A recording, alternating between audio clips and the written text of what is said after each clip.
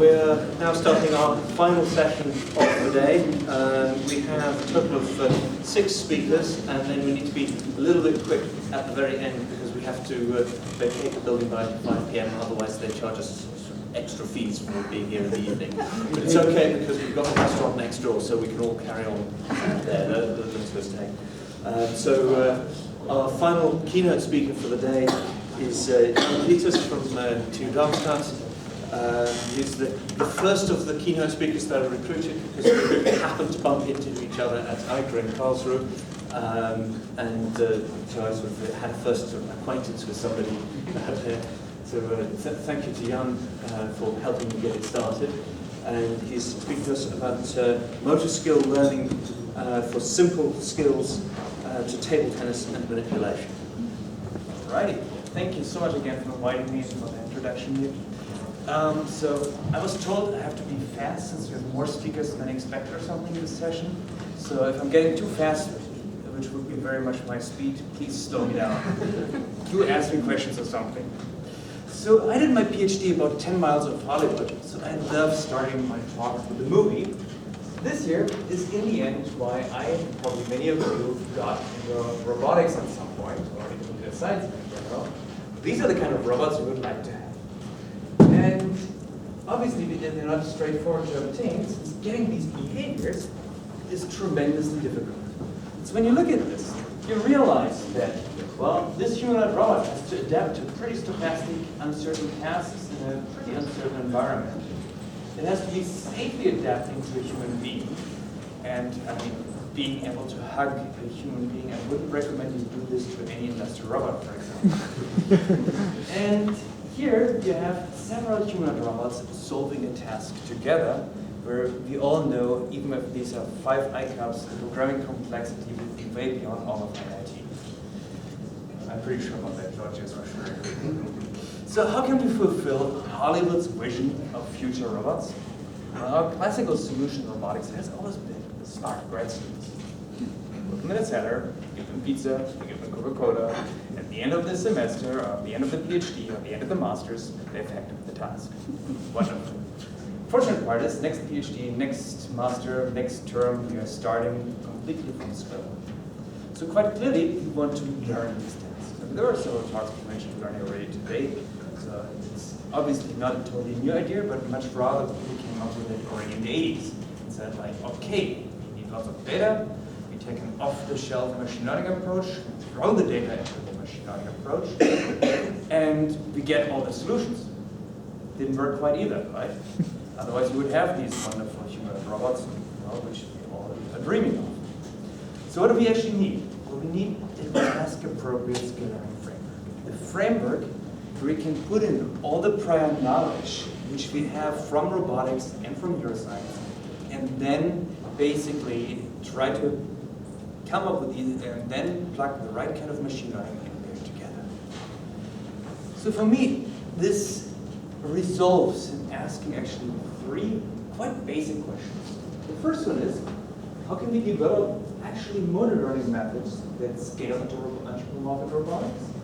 How can we apply them to learn basic skills similar to humans? And finally, how we can compose more complex skills with these components. Now for that, I'll tell you a quick conclusion. So what do we actually want to learn? Well, in robotics, we generically have a system which is in a state. So the state could be the proprioceptive state of our arm, maybe an external state, let's say a ball. And we want to learn a mapping to an action. In this mapping, we call usually a policy. We obviously have the teacher who evaluates the performance of the policy and gives us at every stage that we work. And finally, we have an environment, well, which makes the transfer to this state. So, about this policy, what should this actually mean? People very classically, when they're coming from control, they're thinking of, well, just like control, we should have a deterministic function. Turns out that that is somewhat wrong, since stochasticity is quite crucial. First of all, you need it for exploration, for trying out new things. But that's actually not even the most important component. Instead, stochasticity makes your algorithm design easier. In many cases, you can only derive an algorithm which is polynomial contains time complexity if the problem is stochastic. And sometimes it's even just this smaller increment. In computer science, at the moment you may remember Computer Science 101, quick sort and bubble sort, basically the same algorithm, one tiny difference. Pivot point chosen stochastically versus deterministically. That's a difference between n log n and n squared. That's a pretty nice difference. And then finally, there are these funny things of that in optimal control, you can figure out an optimal policy for certain kinds of not fully observable control problems can provably stochastic. And in some cases, we can break the curse of dimensionality, and sometimes we also want to model variance or teach it. Hence what we need is a stochastic policy, a distribution over our actions given the state. And well, from my perspective, optimizing the parameters of this policy is a key learning step. And obviously, we're not just interested in one state, one action, but we're interested in a whole series of these guys. And that gives us usually trajectories, meaning state action pairs, and distributions over these trajectories using the elements from the previous time. And finally, we obviously get the accumulated scores of the teacher. So what would be learning in this framework? Well, learning obviously means that you're improving a score. I don't know, in the UK, I know you played cricket. Is there something like T-cricket? This year is T-ball from the United States for people to show a kid how to play baseball, how to hit a basic baseball. You put a ball on a stick and try to hit it. And what the robot is getting here is a reward based on the distance the ball travels after being hit. And it gets a punishment for every joint angle velocity which it has. Because otherwise it would learn to hit very, very fast and break the motors very quickly. So you could say it's a reward and punishment if you would like to. And what you see are roughly every 15th trial, and you see it can actually hit in the end quite well. So mathematically, this means that we are trying to optimize the expectation of the accumulated scores of our teacher. And that's, of course, mathematically directly described by the terms which we have from before. We can compute this either based on samples or based on. So how would we do learning here? Well, the first type of score which you could optimize is a very specific one, and that's proximity to the trajectory distribution which we have observed. Such kind of a score is, of course, a very special case, and it's the special case of imitation learning. And it can be optimized extremely nicely because this distance which you're using there between the trajectory distribution which you're generating and the one which you're generating here and the one which you've observed, it can always be computed. It can even be computed without perfect model knowledge. And so what you're really doing then is that if you have here the actions, here the states, then you're going to reproduce state action pairs similar to your demonstration. And it turns out you can accomplish this already by simply adapting your policy parameters. And if you have no unobserved information, then you can do this model-free and completely sample-based. If you have unobserved information, you obviously need to iterate over this and need to propagate forward and backward and do some EM-like algorithms. Now, when you take the general reward score, the one of reinforcement learning, where you could, for example, just have a good robot, bad robot, and there's plus minus one score, then we are somehow in a funnily different scenario. So what you should notice in this kind of a general learning function is that there is no notion of data entry. So in other words, there is something really fundamentally wrong in this scenario. And it has led to basically two kinds of reinforcement learning being developed. The one kind was always the greedy softmax kind of reinforcement learning, where we took insights from dynamic programming, from optimal control, and we tried to pretend that if you average in data, then that is doing the exact same thing as if you were doing analytical steps, and for lookup table representation, you can even do this. All of that breaks down in the moment where you're living in high-dimensional continuous spaces, as we do with the human environment. The alternative to that, which energized robotics settings for quite a while. There are policy gradient methods where you stay very close to your previous policy, so you can use your data as if it was generated already from the new policy, but obviously that allows only for very small steps. The first also has optimization bias. Now, we started, and I'm not going to go through all of the algorithms which we have been working on, but much rather jump to the ones we are currently most excited about, pretty much. We're going to, we started out with policy gradient methods. Many of you have seen talks with me in the past years. You've probably seen me talk about EM-like methods. We're kind of arriving now at methods which merge insights from EM-like methods and the policy and the natural policy gradient methods these days. And these boil down to a relatively simple insight. That's why I'm going to skip all the algorithms in between. And the very simple insight is that we, on the one hand, want to make use of all the experience and initial data, and on the other hand, want to maximize the reward, but only go far enough that we don't lose our experience. Meaning as much as we want to incorporate the experience, but and only go far enough that we actually become better. What we're asking for is an adjustable trade-off which gives us, well, sufficient safety that we actually want. And we came up with a formulation which is surprisingly simple. Now, these equations, please don't let them frighten you. This here is just the same as what we have written before about trajectories or state action pairs, meaning the expectation of the scores of the teacher. This just basically ensures that our policy is still a probability distribution, and this here just describes one more time the state action pairs. And the only real novelty is in this small constraint.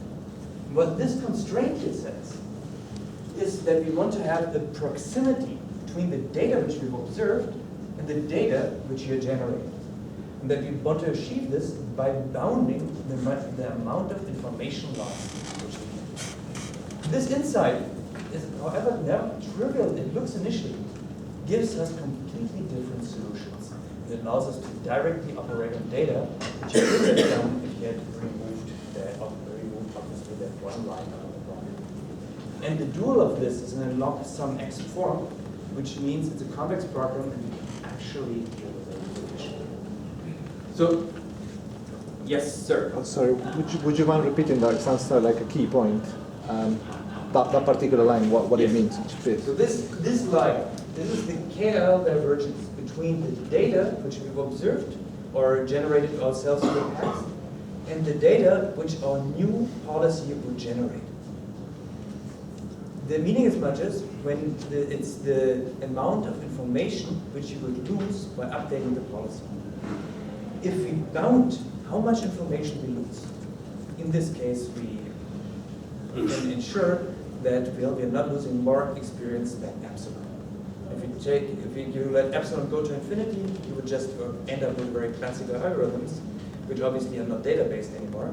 But if you have epsilon at a mildly large number, you can actually do very large steps already, which are dangerous steps, or you can adjust the trade-off to a safe amount and get a relatively safe learning process, very suitable for robotics.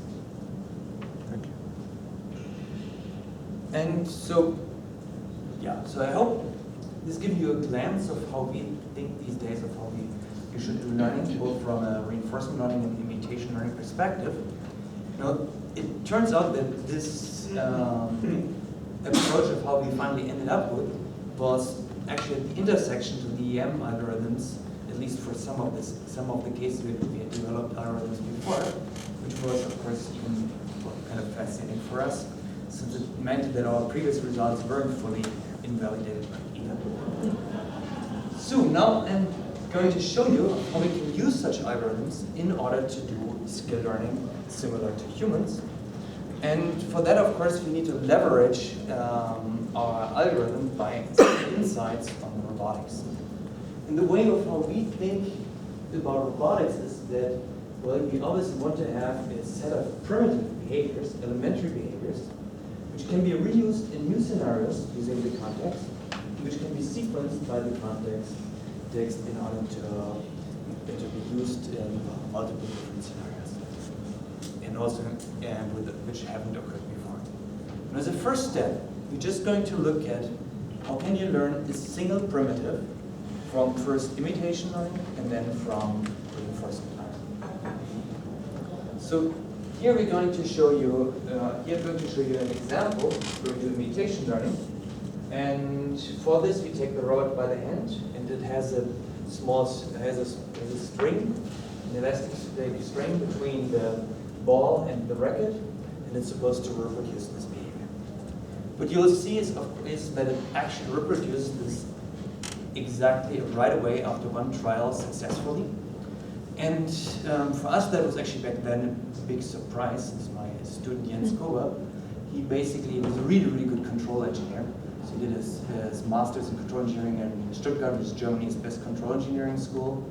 And he initially didn't believe this at all, but it said, like, learning on. I'll first show you how well we can do this with classical control engineering. He spent 3 months where he initially had, within 1 week, a great simulator, a great model, and simulation, everything worked perfectly. And after, well, 1 week he moved to the robot, and the next 3 months he spent trying to get this work with the robot, went back and forth.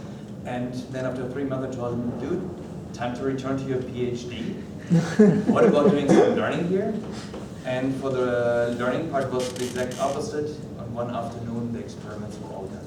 But obviously developing the learning algorithm took substantially longer than a week. So now if imitation learning was all enough, we all would have gotten our PhDs from primary school. And this painful research and self-improvement, well, we wouldn't have needed it. Obviously, that's not what happened to any of us, and neither is what should be happening to robots. Here you see how Katharina takes the robot by the hand and shows it again a behavior, such that we can start from a solution which at least knows how to insert energy into the system so that it sees some interesting response by the ball-and-cup system. And you see subsequently how the robot self-improves, and after about 40-something trials, it usually manages to get the ball into the cup. After about 90 trials, it gets it into the cup pretty much all of the time. And in fact, we've had a series where in a symposium for 1 day let it do ball in the cup. For the whole day, it managed to get every single ball to the cup, for example. It's a really 100% success rate. And we, of course, asked ourselves, how does that compare to humans? And Jens then, he basically told me he's going home for Christmas, and he'll tell me afterwards. I was curious what would be coming after Christmas. It turned out that he has a pretty extended family. And he came back with a video of lots of cousins of all age groups, and he had made them learn ball in a cup. He didn't use numbers as rewards as we usually do, but chocolate. And the cousins at the age of 5 to 6, they did not manage to learn the behavior at all. The ones at the age of 8 to 10 managed to learn it within 30-something trials, so they were a bit better than our algorithm, but the same order of magnitude. And the grown-ups managed to learn within 3-4 trials usually. So it seems to be only me who took 3 months. Now, I hope to have made the case we know how to learn single primitives. Now we're moving from single primitives to many primitives.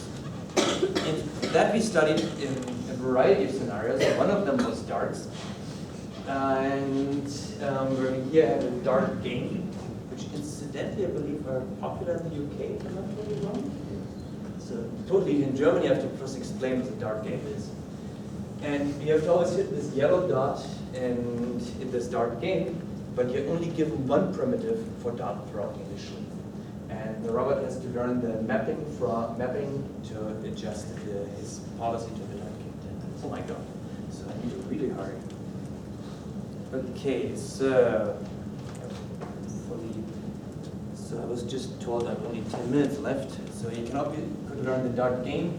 You can also give 2 robots a shared reward, in which case they can learn throwing and catching at the same time, knowing nothing about each other, but the shared reward. We've also applied this in the context of grasping, where it finds pretty amazing graphs sometimes with our bare hand. Like, would you have ever gotten that idea of finding such a graph? I definitely would. So, and more recently, we got the two of these lightweight hands and lightweight arms, and you can now again take the same kind of context as primitives for the basic manipulations. I'm going to skip a bit because I think I either have less time or I have bad time management. So now I've told you how we can use context. Now the next part, of course, is that we also want to figure out how to make our teacher a little bit more automatic. Since, again, finding a good reward function can also be a very hard problem. That's actually quite recent work, but we learned that pretty much all reward functions which are known from the literature can easily be given by kinesthetic teaching. Then you can find the literature, but you can also quickly try this out yourself when you do imitation. So, quite obviously, it would be good to learn the reward function itself. And unfortunately, well, if you want to do this with inverse reinforcement learning, for example, which is standard method for such kind of problems, you would have to have really good demonstrations, which are usually not available when you're dealing with a robot hand with quite different kinematics. Now instead, of course, you could let the robot do this, and that's work of Christian Daniel, one of my PhD students. And he used a probabilistic model to explicitly represent human noise, and the human is just supposed to label good robot, bad robot, and maybe a slightly better action by giving just a numerical feel-good score. And but a continuous rating is not a preference, since it should contain more than one bit of information, which we humans usually convey when we're teaching. It results in a framework where we use our policy, we get some scores from the human, we learn this reward model, and then try to learn a new policy and keep doing this until we converge. And what he learned with this are a variety of different grasps, and what I found particularly fascinating is that in one case we didn't realize this, but what you see is all the different performances of grasp ratings and how it learns good policies. And for one case, we didn't realize that the finger broke of our robot, and it still learned a good reward function and how to grasp, despite that this one finger was basically useless. And that's also the trial then where way more queries from the teacher were needed in comparison to the and all of them beat the hand-coded solutions, the best hand-coded reward function which we could have. You can apply them the same reward function also to totally different objects, and it still works quite efficiently. So, I hope this gave you a little bit of a feeling of the components of this skill. I hope how many minutes do I have? Just 5 minutes. 5 minutes. Okay, I'll try to make it 5 minutes. Does that include the questions? Okay. So what now? I've shown you teacher, I've shown you primitives, I've shown you something about context. I have omitted the execution already. But I'm now going to put all of these elements together.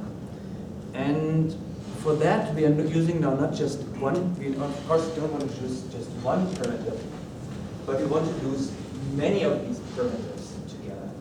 So we need to have a composite policy, which has a gating network, as well as many sub-policies. And for that, we could now say, okay, let's naively extend our reinforcement learning method and introduce, well, this separation of the policies such that we have different options denoting which of the parameters we're activating. That naive part seems initially like a totally logical, easy extension, but it turns out to be a complete failure. When you look at this, you see here a plot where, well, there are two different dimensions of the action, and what you should notice is that obviously if you have two primitives, they didn't specialize on the two different solutions, which could have been good solutions here. even to convert, they actually both converge to try to cover the same kind of a problem. So the parsimonious modular representation, as we wanted to obtain, is clearly not given if we simply simply just introduce this additional variable indicating which primitive should be used. So somehow we need to do more, and then just extending it by the number of the primitive. And what we figured out, what we should be doing is to actually force the system into parsimonious. And forcing parsimony can be done by simply limiting the entropy in the distribution over just which primitive is being selected. So if there's high entropy, that means we have high overlap, which means our primitives are not specializing to their tasks and are all trying to absorb as much of the data as possible. If you do this, you get actually quite nicely a specialization as shown in this simplified two-action scenario. So we can substantially reduce the number of primitives and get lots of highly specialized ones. One easy scenario where you can show that you can even learn two primitives for the same task is tetherball, where you have a ball and a string, and well, both of them hit to the tetherball target. And you can, when you do this then in practice, you can quickly see that well, you achieve a higher reward faster than with the monolithic policy, and then with a naive approach. And additionally to that, you reduce the number of primitives quite efficiently. Then we learned modular policies for table tennis, where we do superposition of these, do superposition with the gating network again. Here you see some demonstrations being collected. And from there, we initially started with really, really large numbers of demonstrations, like 300, and let it be pruned down to just very few of them. Again, you see here, well, many different demonstrations of the, now in this case, different forehand movements. And the gating network would now give different weights to these demonstrations in order to generate a new desired behavior. Right after imitation learning, you can actually be quite good already. You can already achieve in table tennis about 69% performance of return rate against the ball gun. But obviously, 69% is, well, just is not really as good as you would like to have against the ball gun, but you would actually want to be much better. For that, you could now use, well, reinforcement learning again now, but this time a little bit more targeted. We take the ball gun, we aim somewhere where we haven't been very good, and within a relatively fast time, it rewires the gating network and it adjusts the primitives in order to get self-improvement. Finally, here you see the robot playing table tennis against its maker. Now I should outline, Katharina Willing is not a professional table tennis player. In fact, she is a computer scientist who says that anybody who leaves the lab and gets a turn is not a good computer scientist. So, and well, henceforth she had never seen a table tennis table, I think, before she started her PhD. But I believe when you look at this, you see that the robot and she, they play roughly equally well. One shortcoming in here is that our robot can only react relatively, it can't do very large reactions very fast, because we have a 2 kilogram wrist going from a forehand to a backhand requires a really, really huge acceleration, and really unhealthy one for the robot. So my PhD student, Zikun Wang, together with him, we did prediction of opponents. In this case, he's the opponent of the robot and predicting himself. This here is about 380 milliseconds before he hits the ball. He has his arm at this location, and this is about 60 milliseconds before it's the ball. Here's his arm at that location. He predicts, has created an automatic system for predicting where he will shoot the ball. You see how in this one particular trial, how this distribution over the future hitting point slowly peaks and already before he hits the ball, you can predict, you can have a mode and predict where he's going to shoot the ball. All over, you can actually get as well as that you can predict 320 milliseconds before he hits the ball, where he will actually hit it with an accuracy of about 35 centimeters, which is surprisingly good, since this allows you to select between a forehand and a backhand in such a safe way that you can actually wait for a second in the preparation process. This is what you will see here quite shortly. You will see also that G-Con exchanges himself for other players who jump in all the time. Broad goes into a waiting posture and manages to return successfully.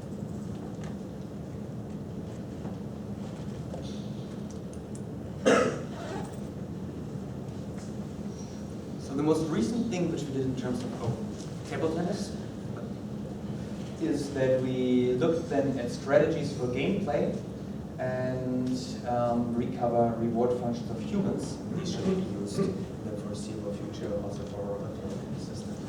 So I was told timeout, so I will just flick us through the next couple of slides. The wonderful things where we apply these now in grasping, telling ad plans, and well, that would have been the next 3 slides. Instead, I'll say a couple of last words. Skill learning is a promising framework. I hope you have made the case that there's some nice, efficient imitation reinforcement learning method, which scales along in robotics, and well, virtual manipulations. With that, I would like to thank you, and here are all my students and collaborators at Darmstadt and Prof.